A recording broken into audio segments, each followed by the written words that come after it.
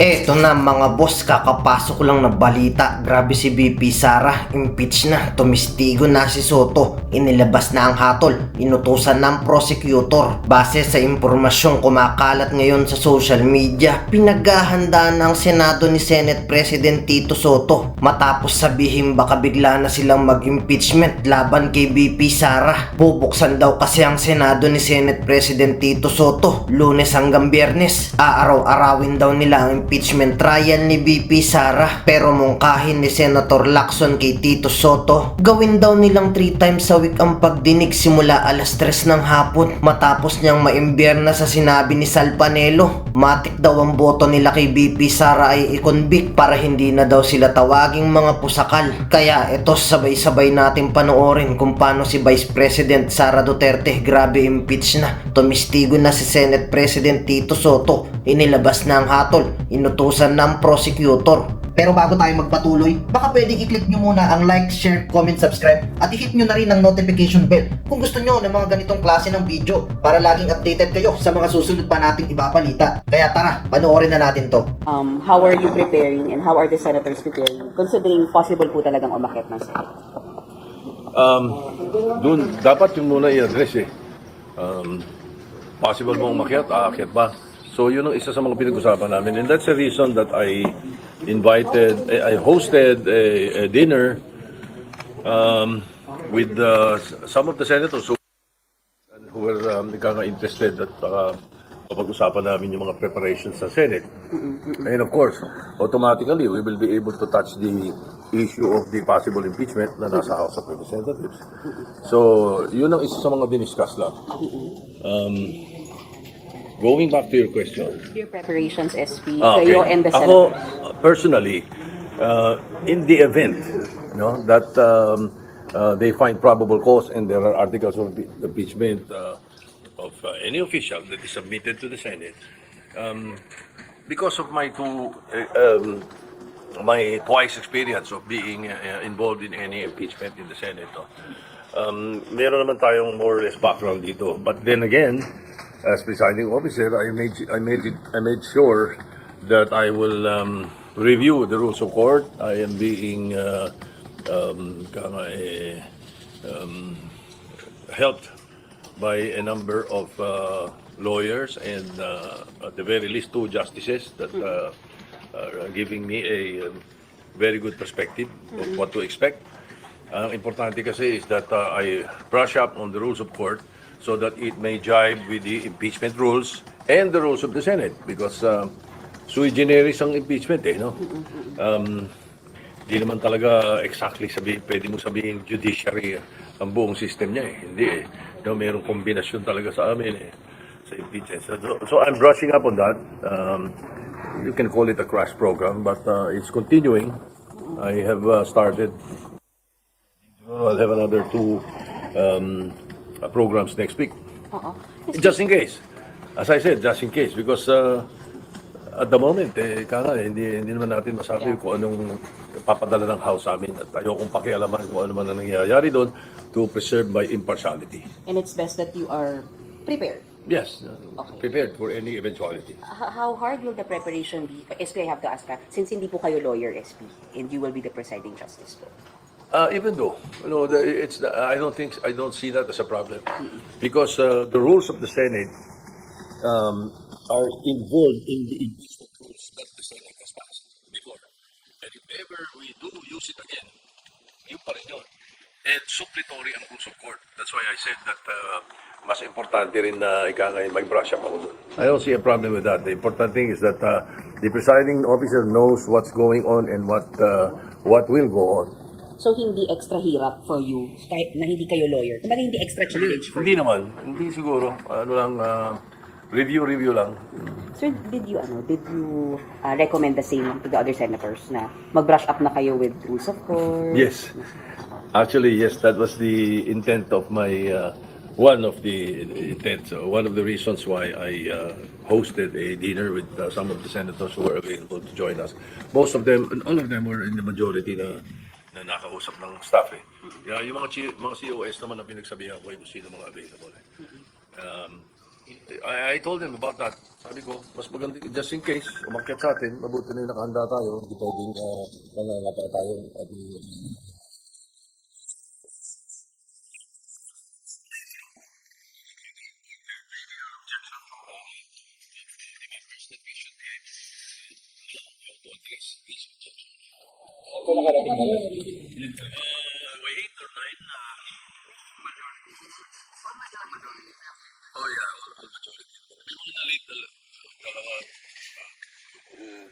We're coming late, so hindi na tumuloy. And can we say that majority of the senators are also preparing based on your I think so. advice?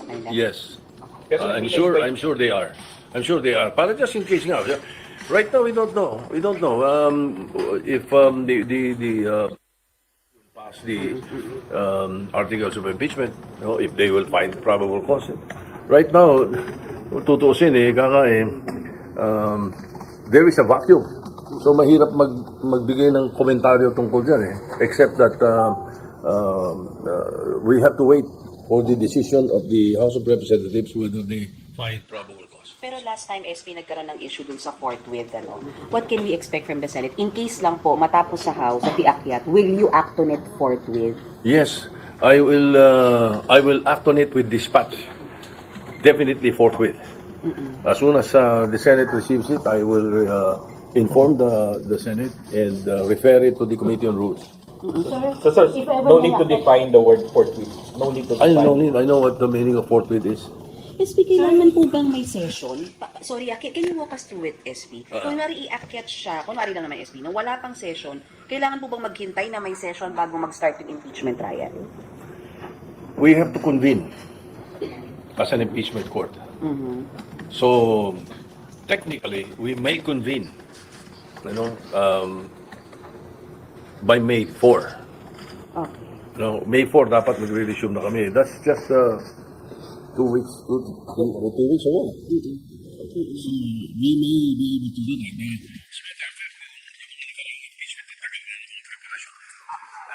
December yung Yung kay Enrique. inakyat yung CJ kay Corona. CJ Corona. December inakyat. January nag-start. January na nag-start pero ano yun with dispatch ka ginawa doon kasi if I recall it right, December 11 nakarating sa Senate, December 11 pinasa ng House, December 12 nasa Senate, correct, yun. No, baliktad. December 12 House, in-impeach, 188 signatures. And then December 13 transmitted to the Senate. December 14, the Senate convened as an impeachment court the following day. Kasi in session kami yan Yeah. And then December 15, the following day, Chief Justice Corona received a copy of the complaint. Formal, pinadala kagad namin. And then, December 26, Chief Justice filed his answer to the complaint. And then, January 16, the trial began. So there was at least a month preparation for that, no? And I recall, if I'm not mistaken, the Senate President then, Senator Juan Ponce Enrile, and I was Majority Leader, kaya I was private to the actions being taken. We acted like a pre-trial. Meron kami, the legislative, the legal bureau of the Senate, di ba? The Senate Legal Division started preparing parang a pre-trial, no? We asked to the official to submit, and then all the necessary preparations were done. So Ganun, pwedeng mangyari yun, dahil ganun kabilis din yun. Pero ito kasi tinamaan ito nung break. nung Christmas break. So SP, you can convene basta may session po. Tama? Convene as impeachment court basta may session. Basta, pinakamadali is kung may session. Yes, of course, by May 4, if we receive the articles of impeachment, then we will immediately convene as an impeachment court. Sir, if ever na-iakap dito yung articles of impeachment, what will happen dun sa na-archive na articles of impeachment? May iiwan sa archive yun. Wala na sa Wala na yun. Oo. Pero paano yung gagawin yung diskarte? Kasi baka tumama rin siya sa budget and iba pa mga bills. Give us a schedule, Paano yung possible schedule. Baka Possible masyadong matagal pa yun. I mean, what are you talking about? Paano Budget kung for 2027? So yung, Oh. kasi, paano yung magiging schedule yun? Na may session kayo, tapos... Hindi. Okay. Well, Originally, I was thinking during that parang dinner meeting na or supper meeting namin, I was thinking of a whole day session. Senate in the morning, impeachment court in the afternoon, Monday, Tuesday, Wednesday. Now, sabi ko, sige, let's discuss it with the other members, include the entire Senate, pati minority. Just in case, no? Again, as I said, there is still a vacuum. We don't know if the articles are coming up, but nevertheless, pinag-uusapan natin ito if ever. Ang mangyayari, kailangan talaga tuloy pa rin ang Senate, ano? Dahil may session kami hanggang June. Right? Hindi pwedeng pabayaan yung legislative work namin. But then, the suggestion of Senator Lacson was that we do it MWF, ang impeachment. Friday. And Tuesdays, Thursdays, ang Senate. So the Senate, if ever, we do agree, all the members agree, no? We need we need the consent of the majority of the members of the Senate. Baka maging 3 p.m. ang sessions because yun ang nakalagay sa rules namin. Tuesdays and Thursdays. 3 p.m. to sama. And then, ang impeachment court, based on the impeachment rules, is 2 p.m. up. at 2 p.m. 2 p.m. Yun yung nakalagay sa rules, sa current rules. No? MWF. And I doubt if we need to change the rules, you know. It is, in effect, kung tutuusin, wala kami nilagay na sunset provision doon sa impeachment rules ng panahon ni Justice Corona. So, kung tutuusin, we can easily adopt it. And I suggest that we adopt it because malawak na yun. In the rules, it also includes the rules of court as suppletory. So, lahat ng kikailanganin namin sa impeachment ay naroon na sa rules na yun. Even yung pre-trial and whatever recommendation they want. Pinakamaganda is, wag na namin galawin, ito na yung approve namin, total, ando doon naman yung rules of court. Sapagkat, if we change it, magpa-publication na naman. Pag nag-publication yan, May 4 kami magre-resume. Ang suspension ng, adjourned sine die, ang Senate, Yeah. June 5. Tama ba ako? Yes, June 5. yes, sir. First week, yes, sir. June 5, no? Adjourn sine die yun. But the Senate is not the impeachment court. Therefore, we may continue. You know? That is my opinion, and I hope the legal minds of the Senate would agree. No? As long as nakapag-convene muna kayo Basta before the break. convene kami before the break. I'm sure we will convene before the break if ever the House transmits to us the articles of impeachment. What if the House transmits the articles of impeachment nang naka-break na kayo ng June? What will happen, SB? Can you still convene as impeachment court even if naka-break kayo ng June? Ay pag-aaralan ko yan. We don't know yet. But I doubt it. You know, they said the last hearing is 29. So you're expecting by May talaga? I'm expecting that they will vote on it in the first week of May. Pero sir, meron na ba kayo nabubuong timeline? Kung sakaling sa 29 yung tapos nung sa House and then itatransmit dito. May pre-trial pa. May 4 or May 5. Pre-trial, proper trial. Pwedeng mayroong ganun eh. Pwedeng i-facilitate namin para yung mga ikangay doon sa pre-trial itself na discussion namin, na presentation, mas mapapacilitate yun eh. Yung stipulations can be already included. Diba? Mas madali yun. SB, sorry. Balikan ko yung sked. Yung pong sked nung kay CJ Corona kasi hindi MWF yun eh. Pero yung ngayon po ninyo, mag-MWF. Ano bang ginawa namin doon? SB, Monday to Thursday. No, Monday 4 to days. Yeah, Monday to Thursday. Parang.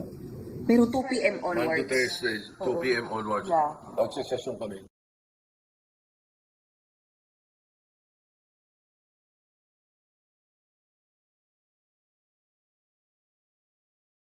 Umaga. Sa umaga?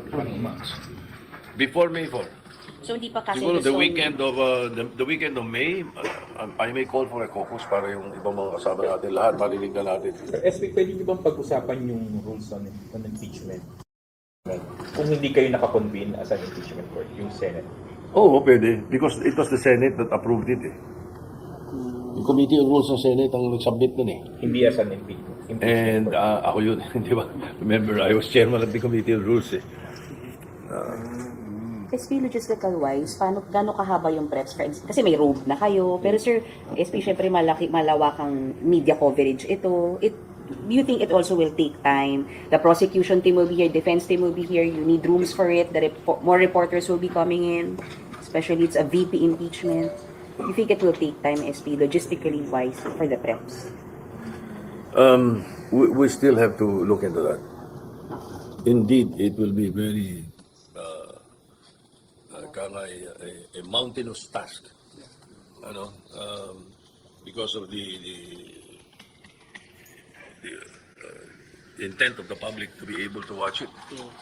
Diba? Kung yung mga dating impeachment at saka itong ginagawa natin pagdating sa budget na live streaming and open to everything, it should be open to even the pre-trial should be open to everything. Everything that we do, everything that we discuss must be open to the public. Pero may inutos na po ba kayong gano'n na to prepare ng mga logistic Hindi pa naman, pero it's part of the work of the Senate. It's part of the job order. Kaya ang tutuusin, even the Senate legal is empowered to prepare with or without an impeachment. Talagang dapat nakahanda. At kami, dapat talaga nakahanda kami. SP, this early sigurado ko dito sabi niya, parang premature yung gagawin ng Senate. You're doing what you're saying now. We're simply Bakit naghahanda? we're simply preparing for just in case because it is already there. It is part of the job of the Senate. We're empowered to do so. And the departments involved in the Senate itself are empowered to do so. So we're merely preparing just in case. Para hindi bigla kaming nagulat at bigla kaming ikangay, o paano bigla kami tayo magkukumahog pag biglang nagpadala ng articles of impeachment ang House. Pag hindi nagpadala, well and good. Concentration natin will be on the legislation again. Diba? Sir, kung sa case ni CJ Corona, tama ba kung sabi niyo po, it took 1 month for the preparation? So, dito Because of the Christmas break. December 26 nagpadala ng sagot si Chief Justice eh. And then so break na yun. Pasko na. At New Year. January 16, nagpupisa yung trial. January, March, April, May. 3 months eh. 3 months ang inabot yung kay Chief Justice. A little over 3 months. in the case of AP, sir, if ever events like dito, hindi naman namin ng 1 month yung preparation. Mahirap mag-speculate.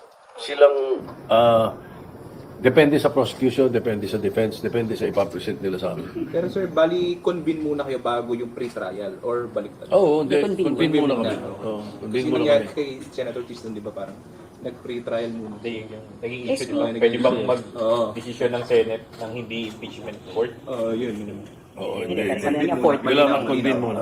SP, Kailangan convene muna. Ang sinasabi ko yung sa rules. Kung rules ang tinatanong nyo, walang problema. Andiyan dyan yan in place yan eh. Pero yung pre-trial and all actions of the impeachment court, it must be convened as an impeachment court before acting on anything. Nakakita po ba tayo ng komplikasyon once iakyat yung articles of impeachment? Kasi sabi ni Senator King, pinayuhan kayo na some of the members of the minority posibleng questionin na yung pagtakil ng Senate dun sa impeachment trial ni VP Sara. Knowing na may mga kaalyado si VP Sara ng mga senador, are you also preparing for that? It's a challenge ng ilang senators. Well, definitely, we will have to be very ready for anything at all. We'll be ready for that. And I'm not comfortable with what you said. Na may mga kaalyado. That is showing partiality. And I would like to think that all 24 senators are impartial and should be and must be impartial. We not only must be impartial, we should look impartial. Kaya kahit na may kakampi siya o may kakampi si ganito o may kalaban si ganito, mali yung pagbibintangan agad natin. Mali yun na yung mga maduming aligasyon dapat yun binabato natin sa basurahan. But whether or not may kaalyado siya dito, SP, kailangan yung itakil yung impeachment trial. Oo. Kailangan. Kung pag dumating dito, trabaho na Senado yun, kailangan aksyon na namin. Even if may mga individual senators, Yeah. SP na openly kina-question nila yung credibility ng possible witnesses. That's for their own lookout, whether they are showing impartiality or not. That's for everybody's own lookout. But as I said, I've been involved in 2 impeachments already, and more or less, we should know how to act and to contain ourselves. Dito nga sa Pilipinas, pangatlo na to eh. In the United States, 3 pa lang ang impeachment. From 1886, well, from 1886 up to the present. Pero SP, given 3 pa lang ang impeachment eh. SP, given that there are really senators, SP, na politically aligned naman talaga kay VP Sara, you would advise to still look at it in an impartial way? Of course, we should. We must. How do you Kasi, the decision of the impeachment facts, di ba? And the impeached official must be given a chance to cross-examine the presentation of the prosecution. So, given that, dapat siya, blank tayo, neutral dapat ang isang senator judge. SPL, do you feel about yung mga insinuations na ikaw daw po, Senator King, Senator Risa, Senator Kiko, would surely vote to convict? Sabi ko nga yung mga maruruming aligasyon, iiwan na lang natin sa basurahan kasi maling-mali yun sapagkat it can go both ways. Di ba? Pwedeng pagbintangan yung iba na in favor o mali yun, di tama yun. You're not contributing to the wellness of the country. Di ba? Ayusin natin. We must act the way we should. SP, nakakaramdam ba kayo ng challenge sa Senate presidency, especially because, sir, there are senators na anti-impeachment po? So, Well, wala sa kamay namin yun eh. It's in the hands of the House of Representatives eh. Kahit ayaw natin ng impeachment, pag dumating sa amin, we have to act on it. pero how's your leadership, SP? Is it solid and stable po? I think so. I don't feel any problem or any worries at this point. SP, in case na pumalik po dito sa Senado. Kasi let us say I am not the Senate President. But may ibang Senate President. Palagyan natin. Dumating yung articles of impeachment. Hindi siya gagalaw? Aba. Hindi ba? Kitang-kita ng taong bayan. Di ba nangyari No? na? Nangyari. SP, in case po na pumanik nga po. Wala kami nun eh. SP, in case nga po na pumanik dito sa Senado by May 5, kung sakali po, ano? Nakikita niyo na ba na mag-start ang trial ng mga June? Depende sa bilis ng palitan ng ng mga ng mga ipapadala nating complaints and reception of the complaints. Depende. Posible kaming let's say by May 5 mag-convene within a month. Matagal na yun. Pero Matagal na yun. Ako, tingin ko mga in a matter of 2 weeks, more or less 2 weeks, siguro nakahanda na yun. At saka yung sinasabi ko nga may mga preparasyon na dapat gawin. I have been reviewing, I have been participant of the ERAP impeachment and the Justice Corona impeachment. No? Pero I have been reviewing the impeachment of Bill Clinton and Donald Trump. Nire-review ko din yun, tinitingnan ko yung mga procedures na nangyari, kung ano yung mga pinagdaanan at paano ang mga naging malakid, ano ang mga naging na-facilitate. Tinitingnan ko lahat yun para ang taong bayan ay magtiwala sa Senado pagdating dito. sino pong nagbibigay ng crash course sa inyo, SP? Dating mga SC justices? Hindi, meron akong dalawang current justices na nagkausap. At least dalawa. And then a battery of lawyers. We have also the services of DepSec Belen. Kilala ninyo? Ano yun? An impeachment professional. Hindi ba? ERAP at saka Justice Corona. Nag-hire na po kayo, SP, ng hiwalay na legal team to really be with you throughout the impeachment process? Yes, we have. Meron na? Meron na.